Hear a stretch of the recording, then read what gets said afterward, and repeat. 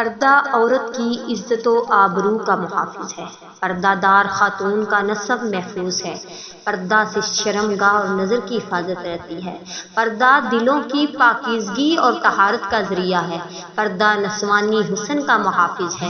پردہ عورت کی فطری حیا کا تقاضا ہے۔ پردہ چھوٹے بڑے کہیں گناہوں سے رکاوٹ ہے۔ پردہ مسلمان عورتوں کا شعار ہے۔ با پردہ عورت اللہ کی حفاظت میں ہے۔ با پردہ عورت اپنے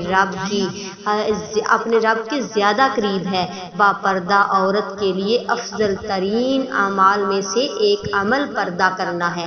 پردہ شیطان اور اس کے اعلی کاروں سے بچاؤ کا ذریعہ ہے۔ پردہ تقوی کا لباس، عزت کا تمغہ اور حیا کی دلیل ہے۔ پردہ عورت کو فاسقوں کی شرارت سے محفوظ رکھتا ہے۔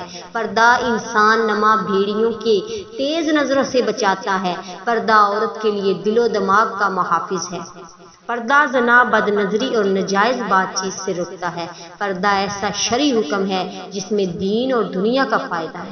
پردہ معاشرتی امن کا ذریعہ ہے۔ پردہ دار خاتون کے لیے جنت کے تمام دروازے کھلے ہیں۔ پردہ عورت کے نیک ہونے کی دلیل ہے۔ پردہ دار عورت، نیک عورت 70 اولیاء کی عبادت کے برابر اجر کی مستحق ہے۔ اور بے پردگی کے کیا نقصانات ہیں؟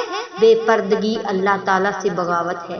بے پردگی جاہلیت اور مغربی تہذیب کی تقلید ہے۔ بے پردہ عورت کا تہمت سے بچنا مشکل ہے۔ بے پردہ عورت کا نسب اور آبرو کی کوئی گارنٹی نہیں۔ عورت کا بے پردہ ہونا حیا کی کمی کی دلیل ہے۔ بے پردہ عورت لوگوں کی بری نظروں کا نشانہ بنتی ہے۔